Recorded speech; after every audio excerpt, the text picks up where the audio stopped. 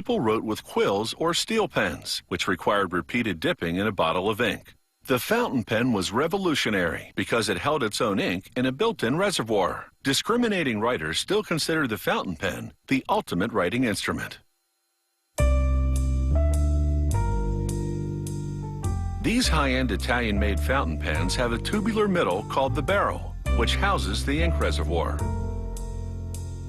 There are various types of mechanisms for filling the barrel. This one is called the filler pump. It works just like a syringe.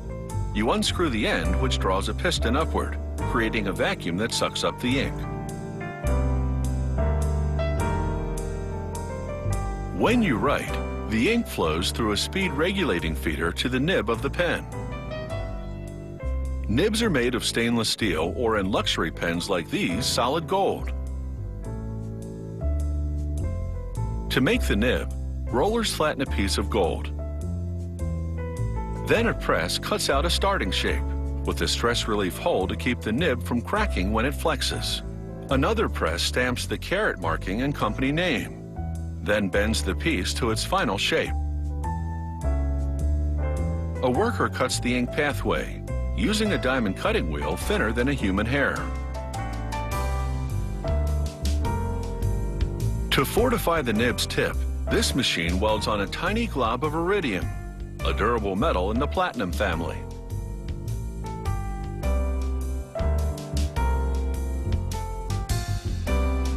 Workers grind the iridium tip to a precise size and shape. This is what dictates the thickness of the pen's line, from fine to broad, and the line style such as italic or oblique. Polishing is the final stop on the journey from plain piece of gold to ornate nib.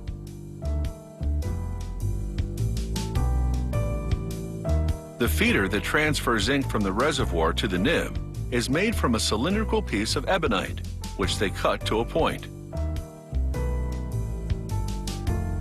These blades carve grooves down the sides. When you write, these grooves fill with ink, regulating the rate of the ink flow.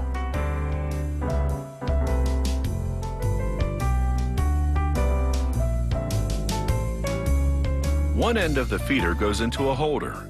The other end slips behind the nib. This machine pushes the nib into its final position, which technicians verify under a magnifier.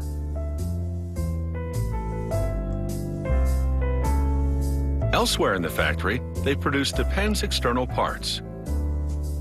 Here, presses and metal drawing machinery shape sterling silver discs into pen caps.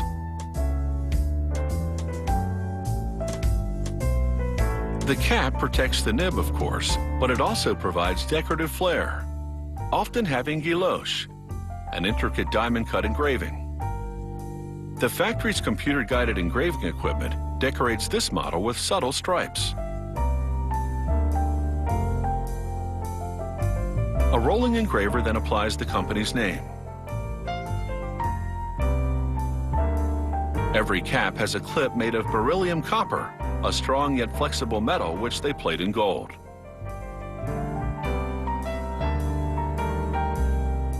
The barrel and other parts for many models are made from plastic resin.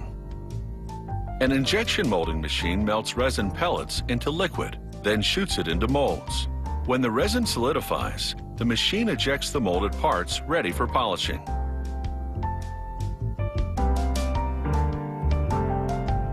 The pieces join to each other with metal connecting rings. The pen assembler carefully measures the placement of the resin piston within the barrel.